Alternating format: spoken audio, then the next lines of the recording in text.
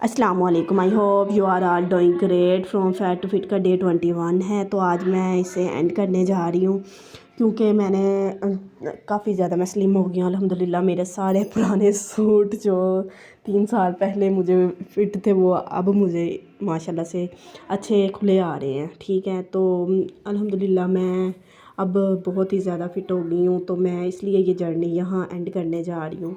I hope कि आप लोगों को मेरी इस जर्नी से बहुत ही ज़्यादा मोटिवेशन मिली होगी। आप लोग भी अगर वेट रिड्यूस करना चाहते हैं तो मेरी वीडियोस को मस्ट वॉच करें। That's all about of the day. Okay, अल्लाह हाफिज़।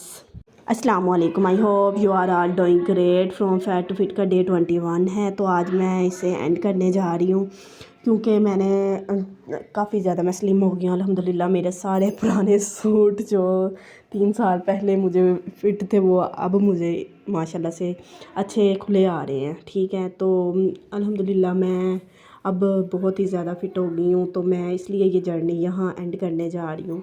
आई होप कि आप लोगों को मेरी इस जर्नी से बहुत ही ज़्यादा मोटिवेशन मिली होगी। आप लोग भी अगर वेट रिड्यूस करना चाहते हैं तो मेरी वीडियोस को मस्ट वॉच करें। That's all about of the day. Okay, अल्लाह हाफिज़।